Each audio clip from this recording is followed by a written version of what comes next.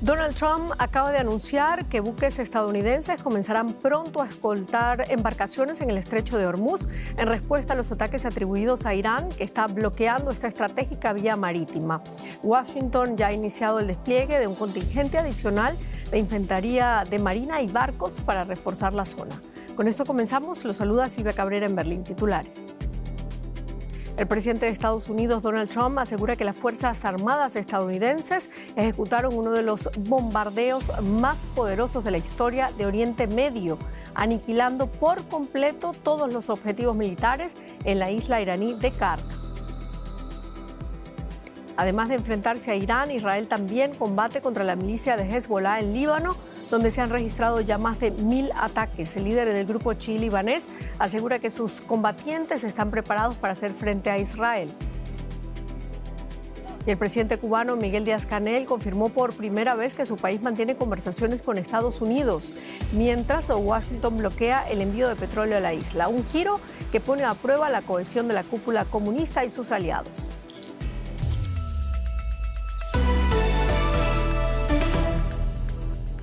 El presidente Donald Trump declaró este viernes que el ejército estadounidense había bombardeado intensamente objetivos militares en la isla iraní de Kark, donde transita casi la totalidad de las exportaciones de crudo de Irán, y amenazó también con atacar la infraestructura petrolera de la isla.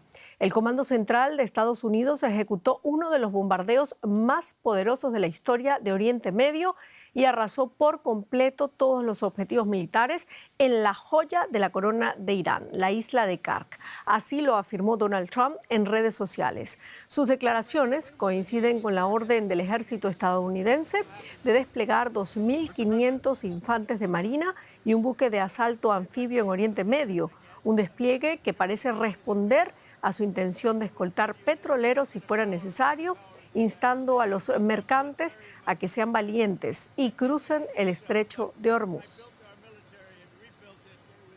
Nos vamos a Washington, hablamos con José Díaz Briceño. José, Trump afirmó que las fuerzas de Estados Unidos han destruido totalmente todos los objetivos militares en la isla iraní de Kark, un punto clave para las exportaciones de petróleo del país. ¿Qué consecuencias podría tener esta escalada para el conflicto entre Estados Unidos e Irán? La isla de Kark es una isla ubicada en el norte del Golfo Pérsico por el que cruza más del 90% de las exportaciones iraníes de petróleo, y durante las casi 2 semanas de guerra, Estados Unidos e Israel no habían tocado de manera militar este nodo estratégico, y sin embargo hoy, con el anuncio del presidente Trump del bombardeo de objetivos militares dentro de la isla, se envía una señal clara por parte del gobierno estadounidense que no dudarían en, pues, de alguna manera dañar la infraestructura y así, pues, poner aún más presión al régimen de Teherán. Es importante decir que para los analistas aquí en Washington, la toma de la isla de Kark había sido vista como una de las posibilidades en el menú de opciones del presidente Trump para hacer al régimen de Teherán de una manera un estado vasallo de Estados Unidos, esto al controlar prácticamente las exportaciones desde allá. Y sin embargo, también analistas militares aquí consideran que se necesita una fuerza terrestre para hacerse del control de toda la infraestructura. José, el presidente también aseguró que los intereses de Estados Unidos en esta guerra no son los mismos que los de Israel. ¿Qué busca realmente Washington en este conflicto? ¿Se está distanciando de su principal aliado en plena escalada militar? Sabemos por boca del propio presidente Donald Trump que el primer ministro Netanyahu y el presidente mismo han estado hablando prácticamente todos los días desde el inicio de la guerra.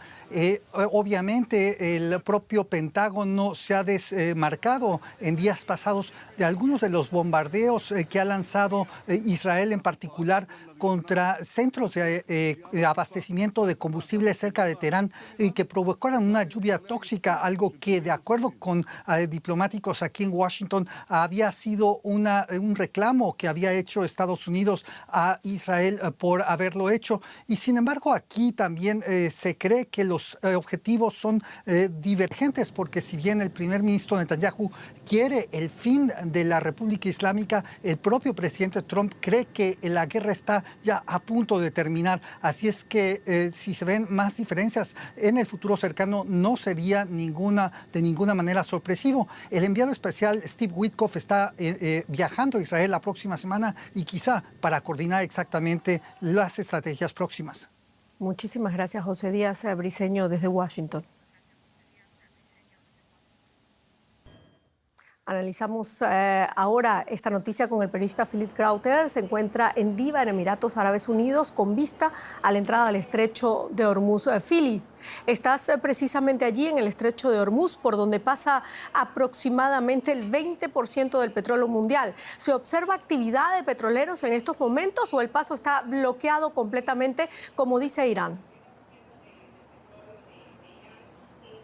No, yo les puedo confirmar lo que acaban de decir. Aquí no hay movimiento alguno de los barcos que hemos estado observando las últimas 24 horas más o menos durante el día, y aquí también, como ven, durante la noche. Me tienen que hacer confianza que este es el estrecho de Hormuz, justo detrás de mí, donde no ha habido ningún movimiento. Se ven algunos barcos durante el día.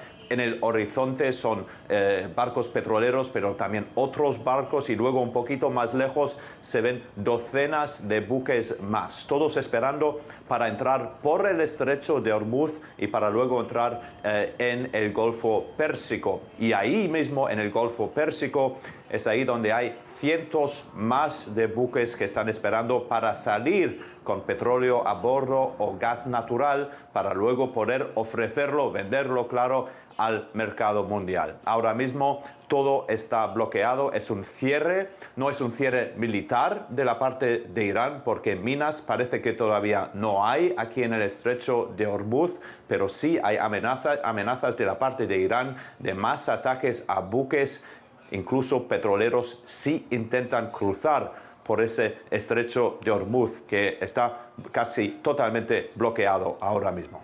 Muchísimas gracias, Philippe Krauter. Y vamos a ver otras consecuencias de esta guerra en la economía. Juliana. Sí, es un punto, Silvia, en el que se unen la guerra de Ucrania y la guerra de Irán, y todo tiene que ver precisamente con esa decisión de Estados Unidos de levantar durante un plazo de 30 días algunas de las restricciones al petróleo ruso ya en tránsito, eso sí, que se interpreta como un inesperado triunfo geopolítico para el Kremlin, justo en un momento en el que los precios mundiales de la energía van al alza.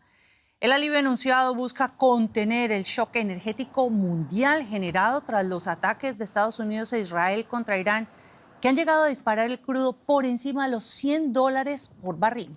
La medida ha provocado críticas entre analistas y gobiernos europeos que advierten de que apenas aliviará la tensión en los mercados y podría socavar años de presión internacional sobre Moscú, sancionado por su guerra contra Ucrania, que ya cumple 4 años. Y la Casa Blanca anunció este viernes una nueva flexibilización de las sanciones contra Venezuela. Esto para permitir un aumento en la producción de fertilizantes en medio de la escasez mundial de petróleo y derivados provocada por la guerra en Medio Oriente. Las licencias emitidas por el Departamento del Tesoro estadounidense autorizan actividades vinculadas a la producción de petroquímicos, incluidos insumos clave para fertilizantes, en un contexto de alza de precios y tensiones que afectan al estrecho de Hormuz, ruta crítica para el comercio energético del mundo. El bloqueo del estrecho de Hormuz corta una ruta crítica de fertilizantes, y con la producción en los países del Golfo paralizada y los precios del gas al alza, la guerra de Estados Unidos e Israel contra Irán interrumpe el suministro y amenaza la seguridad alimentaria. Grandes productores como Estados Unidos dependen de estos envíos. En California, agroindustria y agricultores se preparan para un choque. El conflicto con Irán ha cambiado totalmente la dinámica de los fertilizantes. Cuando no llegan los envíos, genera alarma en todo el mercado. Los precios de los fertilizantes han subido un 40% tras el inicio del conflicto en Irán. En Europa, productores búlgaros alertan de graves problemas de suministro. Entre un 10 y un 15% de nuestros colegas ha renunciado a sembrar este año por los altos costos y la incertidumbre. En Francia, los agricultores también sienten la presión. Para toda la parcela me cuesta 2.300 euros. Empieza a ser un costo significativo. Se estima que cerca de 16 millones de toneladas anuales de insumos industriales para fertilizantes dependen del estrecho de Ormuz. En países como Brasil, Argentina o la India, la escasez amenaza con encarecer la producción agrícola, mientras que la falta de azufre podría afectar a industrias mineras y metalúrgicas en África Central y Asia-Pacífico. La financiera estadounidense SP Global alerta que esta presión sobre energía, fertilizantes, metales y gases podría modificar patrones globales de comercio y afectar la competitividad de industrias en todo el mundo. Naciones Unidas ya advierte sobre futuras alzas en alimentos, energía y transporte, con impactos sobre economías vulnerables.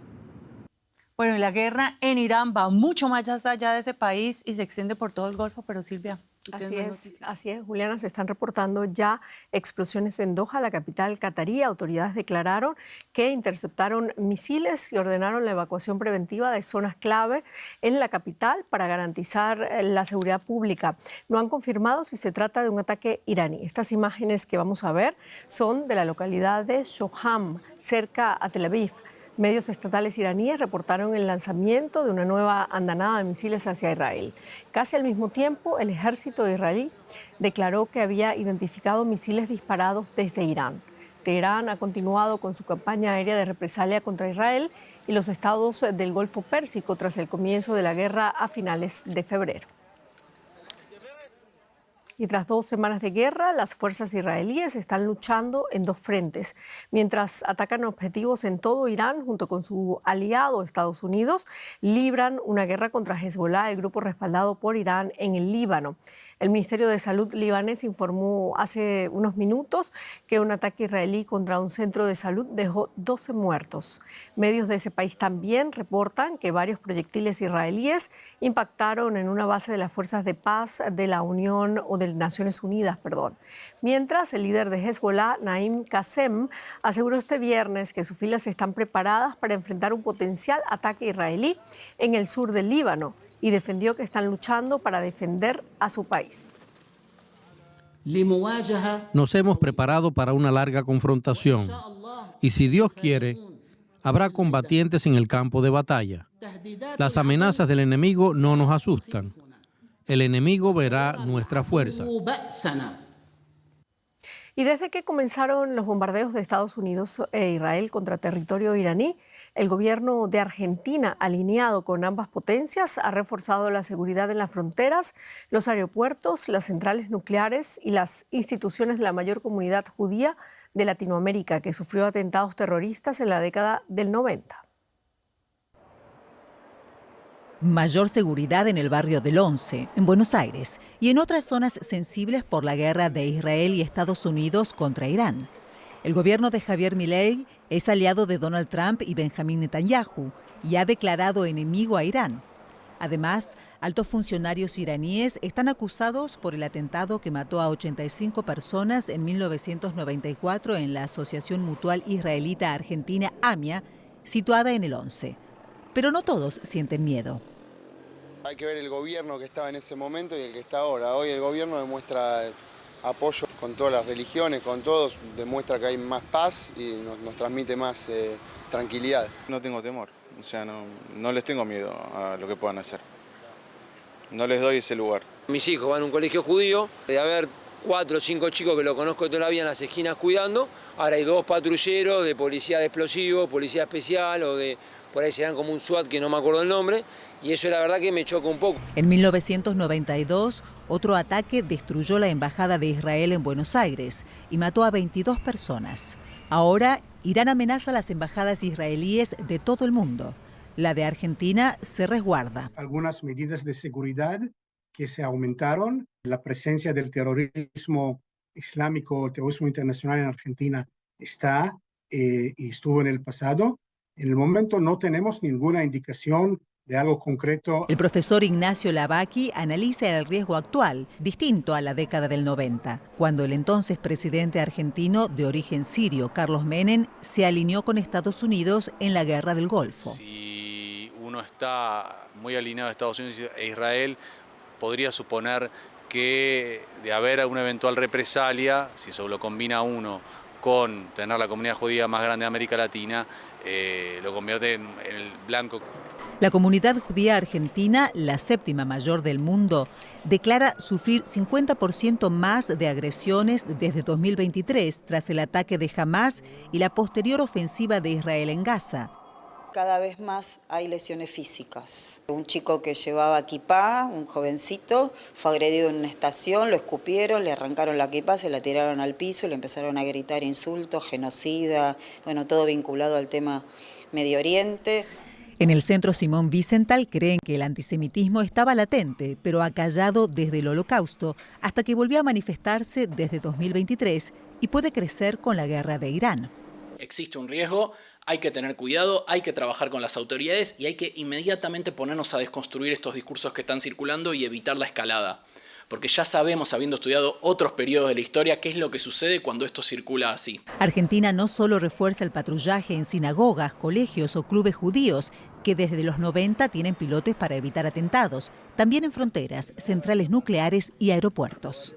Buenos Aires queda a casi 14.000 kilómetros de Teherán, pero en la medida en que recrudezca o se solucione pronto el conflicto bélico en Irán, aumentará o disminuirá el temor en Argentina.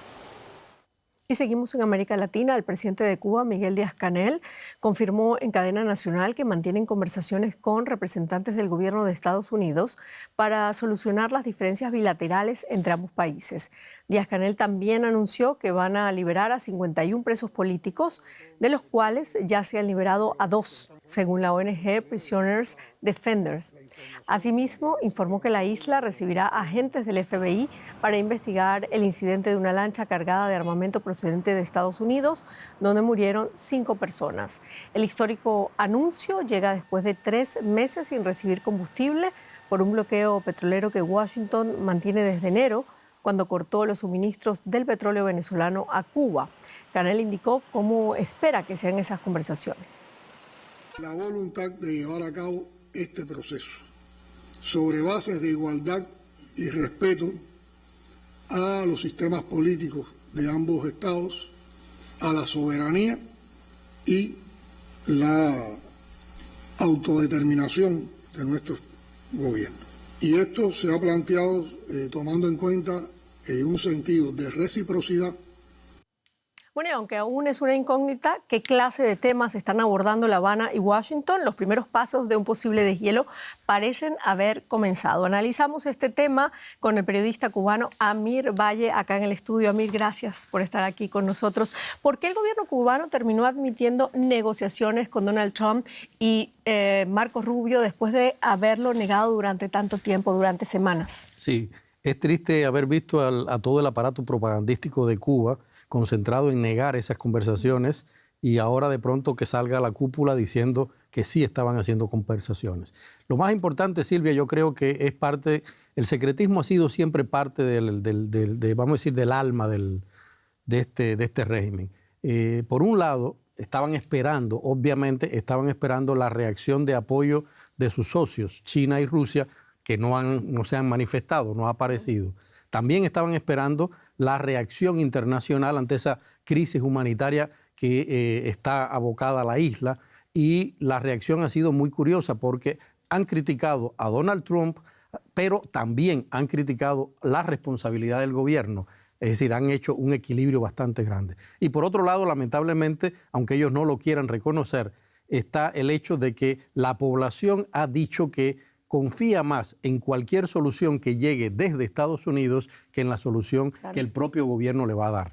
Mira, antes de pasar a otros temas, ¿qué pasó con China y Rusia? ¿Por qué no respondieron? Esa es una incógnita bastante grande, pero suele ser parte de la historia, Silvia. China y Rusia siempre se han mantenido al margen cada vez que Cuba ha tenido grandes problemas con Estados Unidos, y en algunos casos, lo recordamos en la crisis de 1962, le ha dado la espalda a Cuba. Bueno, con Venezuela y Nicolás Maduro también parece que ocurrió lo mismo. Volvamos a las conversaciones. Ya en el gobierno de Obama se intentó una normalización de esas relaciones entre Cuba y Estados Unidos. ¿Qué cambia ahora, Amir, en este nuevo escenario de negociación y qué busca realmente la administración Trump? Bueno, lo primero que cambia es que Cuba está en una crisis sin precedentes. Está obligada a buscar una solución fuera. La segunda es que Cuba está acostumbrada a negociar con interlocutores que son predecibles y tienen delante de pronto a un Donald Trump que es alguien que sabemos muy bien es impredecible. Lamentablemente, Estados Unidos, hay que aclararlo muy bien, Estados Unidos ha dicho que lo que quiere es algo que el régimen no quiere, un cambio de régimen, precisamente. Cuba necesita de Estados Unidos, pero Estados Unidos no necesita de Cuba. Lo que pretende Estados Unidos es sencillamente mantener en la región una tranquilidad, una paz que tiene que ver siempre con esa idea de Trump de la seguridad de Estados Unidos. Eso se mantiene y creo que es bastante coherente en ese caso. Pero lamentablemente se habla de la transición, eso es un detalle que hay que aclarar, se habla de la transición desde lo económico y lamentablemente eso no es posible porque tanto Marco Rubio como Trump saben que históricamente ha quedado demostrado que cualquier transición que se haga desde una dictadura por la economía hacia otro sistema termina siendo un sistema totalitario y lo último que quiere Estados Unidos es en la región que continúe un sistema que desestabilice la región y que apoye el terrorismo como lo estaba haciendo Cuba. Bueno, entonces no es una transición económica, podría estar por detrás la transición democrática, pero ese es otro tema.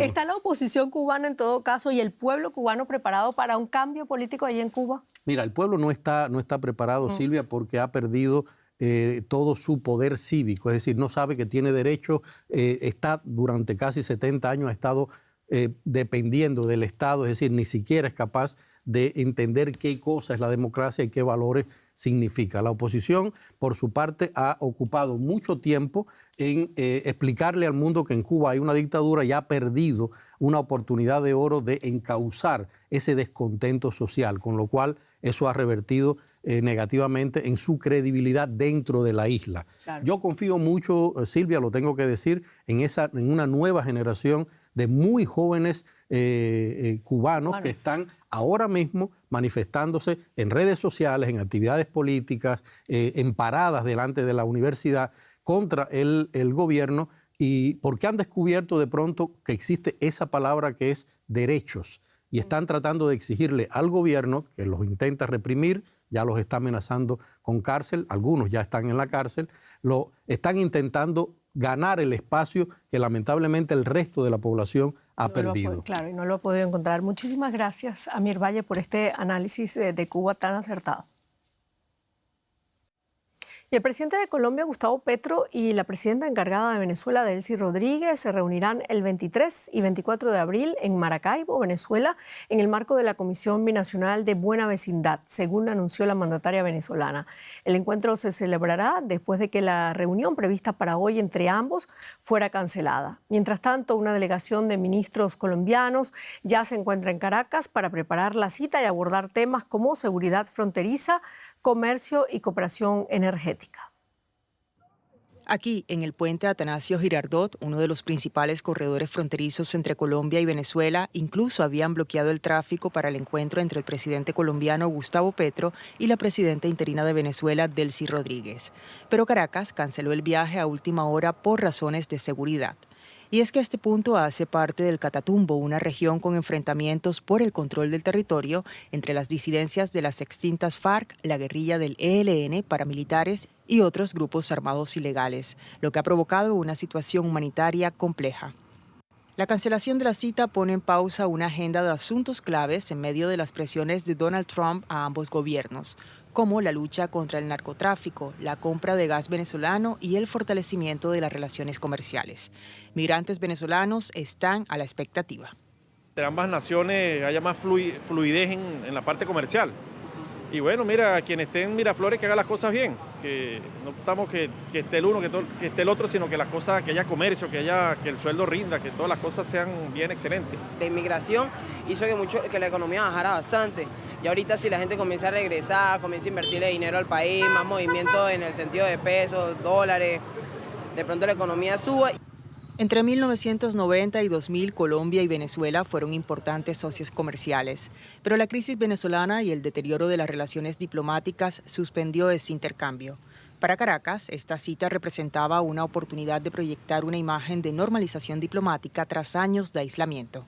Sin embargo, algunos venezolanos no tienen mucha esperanza en lo que pudiese resultar de un primer viaje internacional de Delcy Rodríguez desde la captura de Nicolás Maduro en el operativo militar estadounidense en enero. Lastimosamente a muchos venezolanos tenemos memoria corta, se nos olvidan que hemos tenido familia fuera, pasado muchas necesidades en tema de comida, de abastecimiento, de delincuencia. En las últimas 3 décadas, la frontera colombo-venezolana ha estado marcada por altibajos, crisis diplomáticas y cierres, especialmente con el anterior gobierno colombiano. La reapertura gradual en los últimos años con el gobierno de Petro ha permitido recuperar parte de la dinámica comercial, pero aún persisten muchos desafíos como la migración, un tema que será central en caso de confirmarse una nueva cita. En Colombia, los venezolanos que tuvieron que emigrar debido a la crisis venezolana tienen muchas preguntas sobre la representación de su país, sobre si se liberarán o no los presos políticos que aún permanecen cautivos y si la oposición tendrá un espacio de diálogo en el nuevo gobierno venezolano. Y Estados Unidos agradeció al presidente boliviano Rodrigo Paz la colaboración en la detención del narco uruguayo Sebastián Marcet, lo que supone la primera acción conjunta entre ambos países desde que Donald Trump lanzara el escudo de las Américas. Marcet, a quien vemos en estas imágenes, considerado uno de los narcos más importantes del Cono Sur, ha sido detenido en Bolivia y extraditado a Estados Unidos. Desde el 2023 estaba prófugo. Washington lo acusa de lavado de dinero a través de instituciones financieras estadounidenses. Las investigaciones de las autoridades señalan que el detenido lideró una red que movilizó al menos 16 toneladas de cocaína hacia Europa. Bolivia es el tercer productor mundial de cocaína después de Colombia y Perú. Y en la isla de la Reunión, en el Océano Índico, el volcán Pitón de la Fornaz continúa en erupción desde febrero, obligando a las autoridades de ese departamento de ultramar de Francia a declarar el estado de alerta 1.